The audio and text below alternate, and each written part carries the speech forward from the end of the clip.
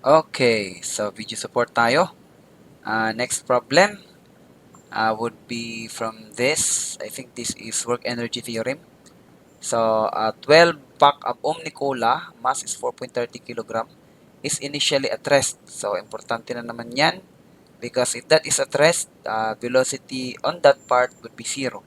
On a horizontal floor, it is then pushed in a straight line for 1.20 meters. So, tinulak siya by 1.20 by a trained dog that exerts a horizontal force of 36 Newton. And then use your work energy theorem to find the final speed of the 12 pack. Actually, in terms of sa problem na ibibigay ko, tatanggalin ko to. Kasi bahala kayo kung gagamit kayo ng work energy theorem or gagamit kayo ng kinematics. Kasi yung ibang problem dito, pwede mong masolve ng kinematics, dynamics, pwede mong masolve ng work energy theorem. Okay?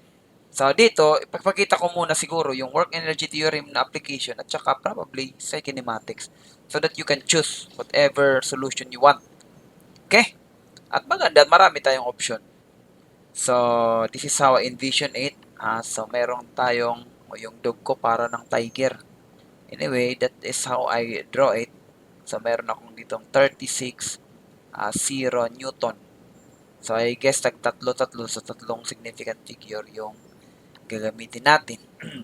So, kung work energy theorem, yung work energy theorem mo is ganito siya. Your total work is equal to your change in kinetic energy or your K2 minus K1. So, that is your change in kinetic energy. That is your work total. So, kung sinabi ng problem na at rest siya sa simula, ibig sabihin itong K1 mo ay magsisiro siya. Why? Kasi wala kang kinetic energy kung at rest. Because your kinetic energy is just a product of your mass and velocity. So, wala kang K1. So, meron kang K2, which is, yun yung gagamitin mo. Pag mag-equal ka dito, yun yung gagamitin mo pag-compute ng velocity 2. Ito actually yung tinatanong, ano ba raw yung velocity dito? Okay? So, yung total work mo, ano yung total work? Is just force multiplied by displacement. So, iputang gulat 1. And then, you try to define your F and your displacement. Anyway, your displacement is, klaro, that is 1.20 meters. Okay? So, wala ka ng problema dito. Yung problema mo ay sa force. Anyway, binigay din naman yung force, so wala ka na talagang problema. So basically, you will just substitute 36.0 Newton multiplied by S, which is 1.20 meters. Then you would have equal to 1 half. And then yung mass ng tinutulak niya, that is 4.30 kilogram is V2 squared. So, mag-V2 tayo dito. Squared would be equal to 2 times 36 Newton. I-try natin pag-define yung Newton. Ano yung Newton? That is kilogram meters per second squared para may matanggal tayong mga units. So, 2 times 36 times 1.20 meters. Then,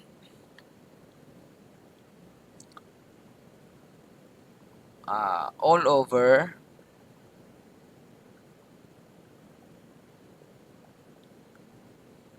ba? All over, ano ba? 4.30 kilogram. So, makakancel natin yung kilogram. So, ang unit na matitira ay meter per second squared. Tapos may meter dito. So, mag-meter squared per second squared. Okay? So, multiply tayo. 2 times 36 times 1.20 divided by 4.30.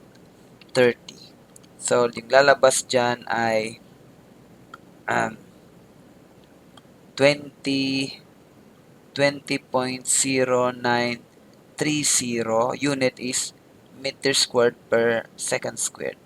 So, therefore, your velocity is naka-square root niyan. Okay? So, matatanggal yung squared. So, mag-V2 ka na lang and then you square root yung answer. So, that would be a 4.30 4.48. 4.48 unit would be meters per second. So that is using your work energy theorem. How about kung gumamit tayo ng, I think, kinematics. So, kinematics, maggamit tayo ng kinematics, that would be an equation 3. So, punta tayo sa kinematics equation. Equation 3 says that V2 squared is equal to, dito V2 kasi yung nilagay, so i-V2 natin. Okay, V2 squared, ang simula natin ay V1 squared. So, medyo change ko yung 1 ha. So, plus your 2A and then your displacement, x2 minus x1. So, actually, ito siya. Ito na yung 1.20 meters. Yung acceleration mo ay itratry natin pag-define. Or, anyway. So, itatry natin pag-define. Yung velocity 1 mo is at rest. So, 0 ka dito. So, yung matitira ay 2a x2 minus x1. So, ano yung acceleration mo? Yun lang. Yung acceleration mo, pwede ka sa summations of f dito sa dynamics. Summations of f on x is equal to ma. Kasi may acceleration to. Kasi from rest to somewhat v2, so may acceleration siya. So therefore, yung summations of fx mo is second law. Newton's second law dynamics, which is ma. So ito na yung acceleration mo. Yung acceleration mo is summations of fx all over mass.